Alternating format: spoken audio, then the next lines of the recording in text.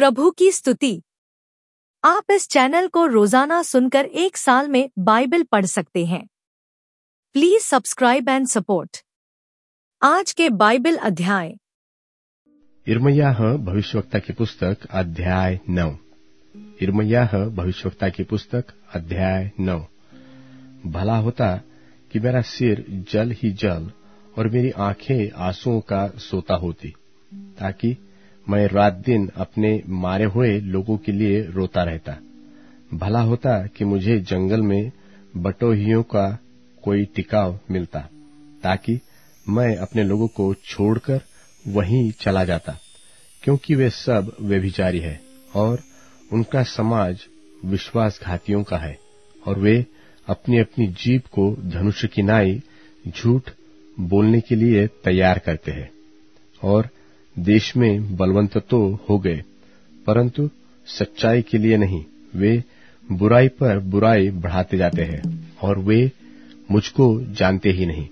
यहोवा की यह वाणी है, अपने अपने संगी से चौकस रहो और अपने भाई पर भी भरोसा न रखो, क्योंकि सब भाई निश्चय अड़ंगा मारेंगे और सब संगी लुतराई करते करते फिरेंगे। वे एक दूसरे को ठगेंगे और सच नहीं बोलेंगे। उन्होंने झूठ ही बोलना सीखा है और कुटिलता ही में परिश्रम करते हैं। तेरा निवास छल के बीच है, और छल ही के कारण वे मेरा ज्ञान नहीं चाहते। यहोवा की यही वाणी है।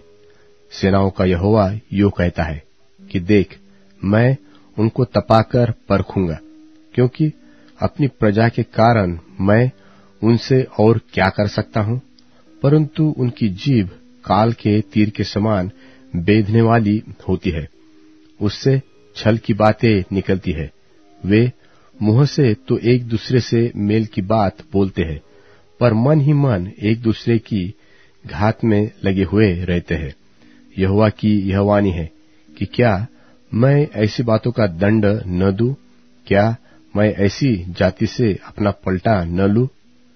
मैं पहाड़ों के लिए रो उठूंगा और शोक का गीत गाऊंगा, और जंगल की चराइयों के लिए विलाप का गीत गाऊंगा, क्योंकि वे ऐसे जल गए हैं कि कोई उनमें से होकर नहीं चलता, और उनमें ढोर का शब्द भी सुनाई नहीं पड़ता।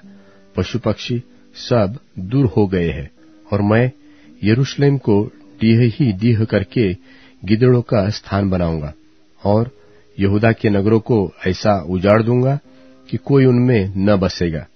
जो बुद्धिमान पुरुष हो वह इसका भेद समझ ले, और जिसने यहोवा के मुख से इसका कारण सुना हो वह बता दे कि देश का क्यों नाश हुआ, और क्यों जंगल की नाई जल गया, और क्यों उसमें से होकर कोई नहीं चलता।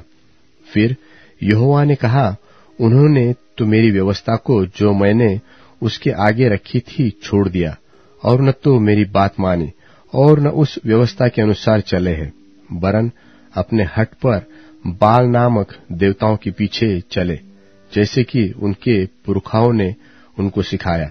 इस कारण सेनाओं का यहोवा, इस्राएल का परमेश्वर यो कहता है कि सुन, मैं अपनी इस प्रजा को कड़वी वस्तु खिलाऊंगा और विष पिलाऊंगा, और मैं उन लोगों को ऐसी जातियों में जिन्हें न तो वे न तो उनके पुरखा जानते थे तितर बितर करूंगा, और मेरी ओर से तलवार उनके पीछे पड़ेगी जब तक कि उनका अंत न हो जाए। सेनाओं का यहोवा यो कहता है कि विलाप करने वालियों को सोच विचार के बुलाओ, और बुद्धिमान स्त्रियों को बुलवा भेजो कि वे फुर्ती करके हम लोगों के लिए शोक का गीत गाए। हमारी आंखों से आंसू बह चले और हमारी पलकें जल बहाए। सियोन से शोक का यह गीत सुन पड़ता है कि हम कैसे नाश हो गए, हम क्यों लज्जा में गड़ गए हैं, क्योंकि हमको अपना देश छोड़ना पड़ा, हमारे घर गिरा दिए गए हैं।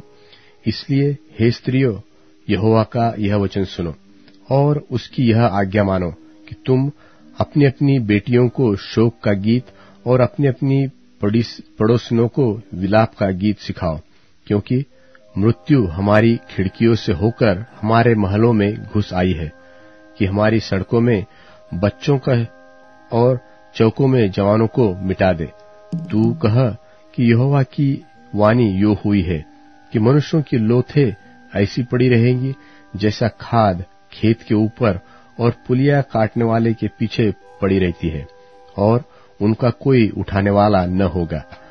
यहोवा यो कहता है कि न तो बुद्धिमान अपनी बुद्धि पर घमंड करे, और न वीर अपनी वीरता पर, न धनी अपने धन पर घमंड करे, परंतु जो घमंड करे वह इसी बात पर घमंड करे कि वह मुझको जानता है, और यह समझता है कि यहोवा वही है जो पृथ्वी पर करुणा, न्याय और धर्म के काम करता है, क्योंकि मैं इन्हीं बातों से प्रसन्न रहता हूँ। यहोवा की यही वाणी है। देखो, यहोवा की यह भी वाणी है कि ऐसे दिन आने वाले हैं कि जिनका खतना हुआ है उनको खतना रहितों के समान दंड दूंगा, अर्थात मिस्रियों, यहूदियों, एदोमियों, अम्मोनियों, मोआबियों को, और उन वनवासियों के समान जो अपने गाल के बालों को मुंडा डालते हैं, क्योंकि सब अन्य जाति वाले तो खतना रहित है, और इस्राएल का सारा घराना भी मन में खतना रहित है। यिर्मयाह भविष्यवक्ता की पुस्तक अध्याय 10। यिर्मयाह भविष्यवक्ता की पुस्तक अध्याय 10। हे इस्राएल के घराने, जो वचन यहोवा तुमसे कहता है उसे सुनो। यहोवा यो कहता है कि अन्य जातियों की चाल मत सीखो, और न उनकी नाई आकाश के चिन्हों से विस्मित हो। उनसे तो अन्य जाति के लोग विस्मित होते हैं, और देशों के लोगों की रीतियां तो निकम्मी है। यह मूरत तो वन में से किसी का काटा हुआ काठ है, काटी हुई लकड़ी है। कारीगर ने उसे बसूले से बनाया है। लोग उसको सोने चांदी से सजाते और हथौड़े से कील ठोक ठोक कर दृढ़ करते हैं कि वह हिलडुल न सके। वे खराद कर ताड़ के पेड़ के समान गोल बनाई जाती है, पर बोल नहीं सकती। उन्हें उठाए फिरना पड़ता है, क्योंकि वे चल नहीं सकती। तुम उनसे मत डरो, क्योंकि वे न तो कुछ बुरा कर सकती है और न कुछ भला। हे यहोवा, तेरे समान कोई नहीं है। तू तो महान है, और तेरा नाम पराक्रम में बड़ा है। हे सब जातियों के राजा, तुझसे कौन न डरेगा, क्योंकि यह तेरे ही योग्य है। और अन्य जातियों के सारे बुद्धिमानों में और उनके सारे राज्यों में तेरे समान कोई नहीं है, परंतु वे पशु सरीखे निरे मूर्ख ही है। निकम्मी वस्तुओं की शिक्षा क्या? वे तो काठ की है। पत्थर बनाई हुई चांदी तार्शीश से लाई जाती है, और सोना उफाज से, जो कारीगर और सुनार के हाथों की कारीगरी है। उनके पहरावे नीले और बैंजनी रंग के वस्त्र है। निदान उनमें जो कुछ है वह निपुण कारीगरों की कारीगरी है। परंतु यहोवा सचमुच परमेश्वर है, जीवता परमेश्वर और सदा का राजा वही है। उसके प्रकोप से पृथ्वी कांपती, और जाति जाति के लोग उसके क्रोध को सह नहीं सकते। तुम उनसे ऐसा कहना कि ये देवता जिन्होंने आकाश और पृथ्वी को नहीं बनाया, वे पृथ्वी के ऊपर से और आकाश के तले से नष्ट हो जाएंगे। उसने पृथ्वी को अपनी सामर्थ्य से बनाया, और जगत को अपनी बुद्धि से स्थिर किया, और आकाश को अपनी प्रवीणता से तान दिया है। जब वह बोलता है तब आकाश में जल का बड़ा शब्द होता है। वह पृथ्वी की छोर से कुहरे उठाता है। वह वर्षा के लिए बिजली चमकाता है, और अपने भंडार में से पवन चलाता है। सब मनुष्य पशु सरीखे ज्ञान रहित है। सब सुनारों की आशा अपनी खोदी हुई मूर्तों के कारण टूटती है, क्योंकि उनकी ढाली हुई मूर्तें झूठी है, और उनमें सांस है ही नहीं। वे तो व्यर्थ और ठट्ठी ही के योग्य है। जब उनके दंड का समय आएगा तब वे नाश होंगी, परंतु याकूब का निज भाग उनके समान नहीं है, क्योंकि वह तो इन सब का सृजनहार है, और इस्राएल उसके निज भाग का गोत्र है। उसका नाम सेनाओं का यहोवा है। हे घेरे हुए नगर की रहने वाली, अपनी गठरी भूमि पर से उठा ले, क्योंकि यहोवा यो कहता है कि मैं अब की बार इस देश के रहने वालों को मानो गोफन में भर के फेंक दूंगा और उन्हें ऐसे ऐसे संकट में डालूंगा कि उनकी समझ में भी नहीं आएगा। मुझ पर हाय, मेरा घाव चंगा होने का नहीं। फिर मैं सोचता हूं कि यह तो मेरा ही रोग है, इसलिए मुझको इसे सहना ही होगा। मेरा तंबू लूट गया और सब रस्सियां टूट गई। मेरे लड़के बाले निकल गए और नहीं मिलते। अब कोई नहीं रहा जो मेरे तंबू को ताने और मेरी कनाते खड़ी करे, क्योंकि चरवाहे पशु सरीखे हो गए हैं और उन्होंने यहोवा को नहीं पुकारा। इसी कारण वे बुद्धि से नहीं चलते और उनकी सब भेड़ें तितर बितर हो गई है। एक शब्द सुनाई देता है, उत्तर की दिशा से बड़ा हुल्लड़ मच रहा है। वह आ रहा है ताकि यहूदा के नगरों को उजाड़कर गिद्दड़ों का स्थान बना दे। हे यहोवा, मैं जान गया हूं कि मनुष्य की गति उसके वश में नहीं है। मनुष्य चलता तो है, परंतु अपने पैर स्थिर नहीं कर सकता। हे यहोवा, मेरी ताड़ना पर विचार कर, परंतु क्रोध में आकर नहीं।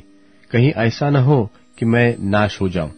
जो जाति तुझे नहीं जानती और जो कोई तुझसे प्रार्थना नहीं करती, उन्हीं पर अपनी जलजलाहट उंडेल, क्योंकि उन्होंने याकूब को निगल लिया, वरन उसे खाकर अंत कर दिया और उसके निवास स्थान को उजाड़ दिया है।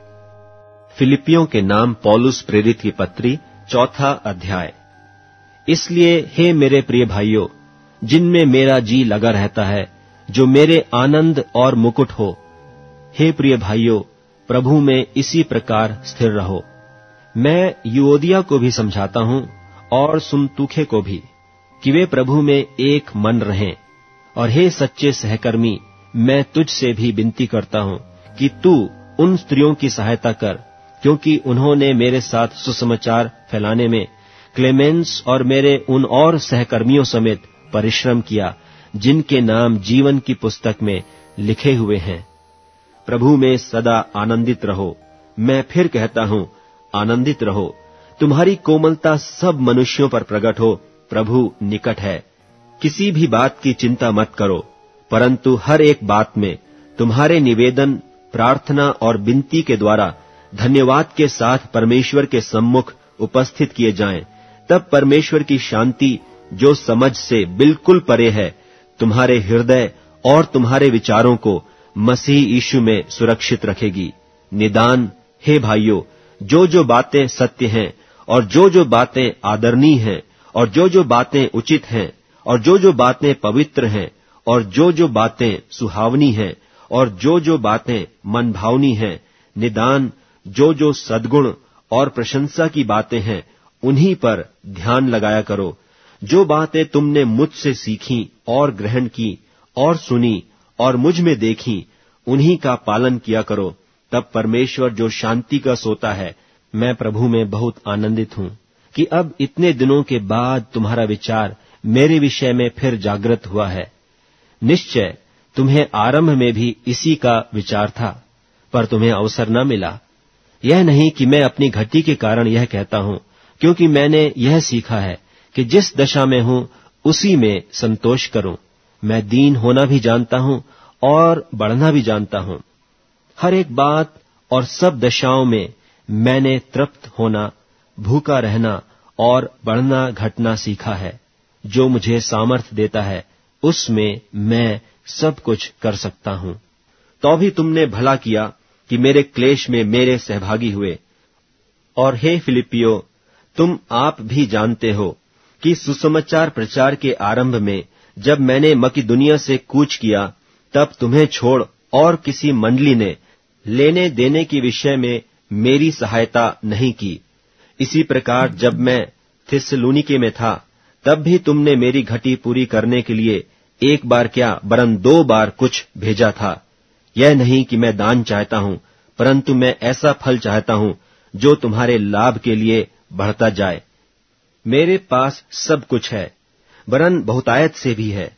जो वस्तुएं तुमने इपफ्रुदीतुस के हाथ से भेजी थीं, उन्हें पाकर मैं तृप्त हो गया हूं। वह तो सुगंध और ग्रहण करने के योग्य बलिदान है, जो परमेश्वर को भाता है।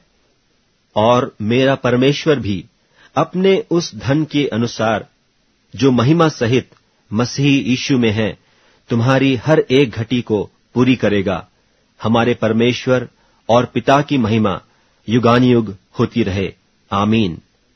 हर एक पवित्र जन को जो यीशु मसीह में है, नमस्कार कहो। जो भाई मेरे साथ हैं, तुम्हें नमस्कार कहते हैं। सब पवित्र लोग, विशेष करके जो कैसर के घराने के हैं, तुमको नमस्कार कहते हैं। हमारे प्रभु यीशु मसीह का अनुग्रह तुम्हारी आत्मा के साथ रहे। भजन संहिता अध्याय 97। भजन संहिता अध्याय 97। यहोवा राजा हुआ है, पृथ्वी मगन हो, और द्वीप जो बहुतेरे है वह भी आनंद करे। बादल और अंधकार उसके चारों ओर है। उसके सिंहासन का मूल धर्म और न्याय है।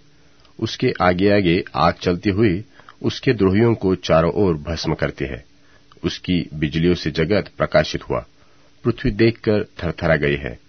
पहाड़ यहोवा के सामने मोम की नाई पिघल गए, अर्थात सारी पृथ्वी के परमेश्वर के सामने आकाश ने उसके धर्म की साक्षी दी, और देश देश के सब लोगों ने उसकी महिमा देखी है। जितने खुदी हुई मूर्तियों की उपासना करते और मूर्तों पर फूलते हैं, वे लज्जित हो। हे सब देवताओं, तुम उसी को दंडवत करो। सियोन सुनकर आनंदित हुई, और यहूदा की बेटियां मगन हुई। यह हे यहोवा तेरे नियमों के कारण हुआ, क्योंकि हे यहोवा तू सारे पृथ्वी के ऊपर परमेश्वर है। तू सारे देवताओं से अधिक महान ठहरा है। हे यहोवा के प्रेमियों, बुराई से घृणा करो।